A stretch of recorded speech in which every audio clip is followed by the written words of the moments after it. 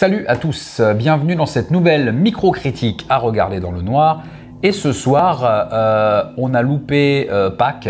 Donc du coup, ce soir, on va vous parler de gros neuf. Et ils sont pas en chocolat. On va vous parler de Ego.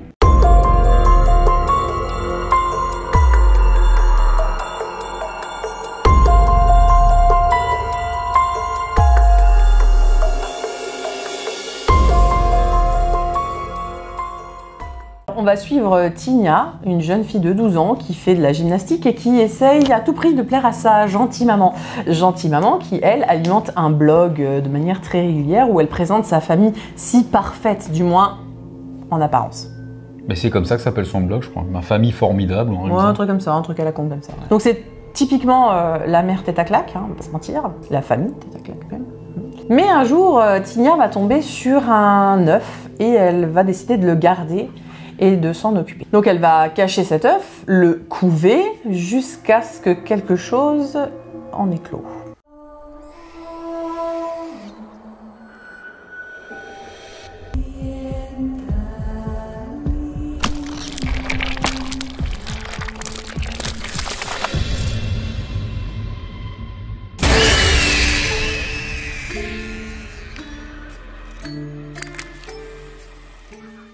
Alors, ce film, on est devant un pur film de body horror, en fait, dans le sens le plus noble du terme, on va dire. Déjà, mention spéciale à la créature, qui est belle. Pour moi, ouais, nous, alors tous les gens la trouvent dégueulasse, nous, on la trouve chou.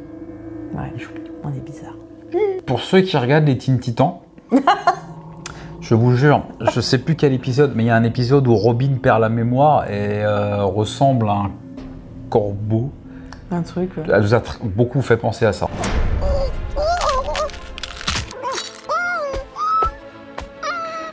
Et donc, dans l'évolution de la créature, parce que la créature va évoluer, d'où le concept de body horror, il y a des choses en fait vraiment très sympathiques. Le film est bourré de symboliques, je pense que je pourrais même pas tout nommer tellement il y en a. Il y a notamment toute une symbolique autour du blanc et donc de la pureté, et le film est très blanc. Je peux pas dire autrement. Et il y a bien sûr la symbolique autour de l'œuf, clairement de la maternité, etc. Puisque l'œuf va même être à un moment donné couvé, entre guillemets, dans une peluche dans rose. Le ventre d'une peluche rose, en fait. Ouais, il y a toute cette espèce d'allégorie, je pense, hein, enfin c'est comme ça que nous on l'a appréhendé, sur la maternité non désirée, à travers le comportement et de la frustration aussi. Oui. Clairement, le personnage de la mère, qui n'a pas de prénom d'ailleurs, qui n'a pas de nom, qui est crédité comme ça, qui fait rejaillir sa frustration. On nous fait comprendre ça au détour d'une image, et ça, je trouve ça vachement intéressant, parce qu'au détour d'un plan, on comprend le vécu de la mère et on comprend son comportement avec sa fille. Ça c'est des démarches que j'aime beaucoup. On comprend ça, et il y a tout un discours autour de la frustration, d'où la mère qui tyrannise un peu son enfant, sur la maternité non désirée, etc. Et le film, en ce sens, est assez intéressant. La réalisation est très posée, il y a énormément de plans fixes, de plans longs. Il n'y a pas du tout, voire peut-être, j'en ai peut-être raté un, mais il y a, je crois, pas de travelling.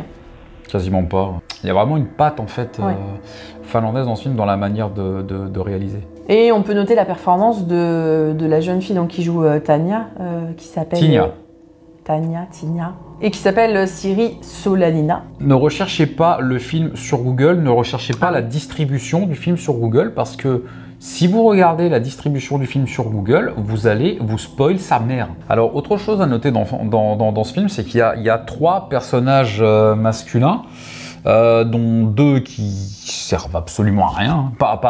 Ils servent à rien, ils sont mal écrits. Les personnages ne servent à rien, c'est des boulets en fait. C'est le mari donc de la mère, qui n'a pas de nom, et son fils, qui sont d'ailleurs le sosie l'un de l'autre. Ah oui, non, mais c'est clair. Et qui ne servent à rien, en fait, qui sont juste là. Toi, tu l'avais noté, quoi. En fait, ils servent pas à rien, ils servent juste à montrer à quel point la mère est écrasante, et qu'en fait, finalement, elle est là juste pour elle, clairement, parce que c'est elle, pour montrer à quel point sa vie est parfaite, ils servent à ça. C'est juste voilà, des espèces d'images à montrer devant une caméra pour son blog. Mais ce qui l'importe le plus, ça reste sa fille. Donc finalement, ils sont mis en arrière juste parce que c'est elle qui importe. Elle et puis sa fille. Parce qu'elle a des choses à lui faire faire à cette gamine. Ouais, le seul personnage masculin qui a vraiment une présence, on comprend que c'est un peu le Rome à tout faire à la base, avec qui la mère, c'est pas du spoil, on le comprend assez rapidement, a une liaison.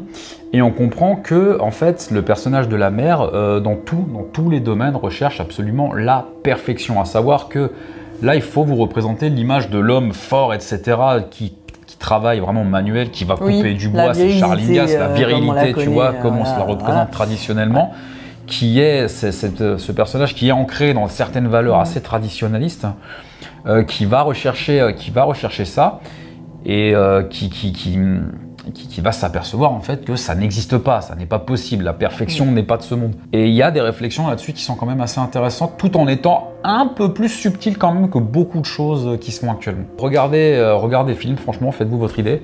Nous, franchement, on a vraiment apprécié. C'était une très très bonne surprise. Ouais. Ça fait longtemps, je pense, qu'on n'avait pas vu un film d'une aussi bonne qualité. Parce que là, les derniers temps, on en a vu des films, hein, mais alors des films, voilà. Voilà, c'est tout pour cette micro-critique.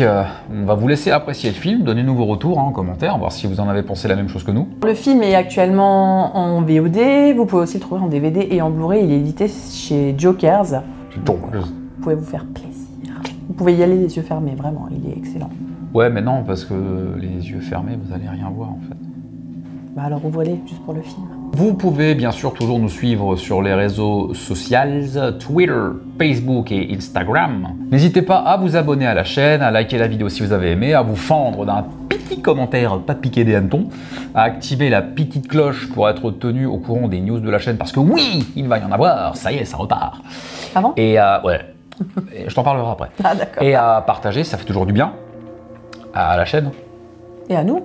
Aussi. Bah oui, ça met du beau. Physiquement. En attendant, faites de beaux rêves. Et si vous faites des cauchemars, n'oubliez pas, c'est que du cinéma.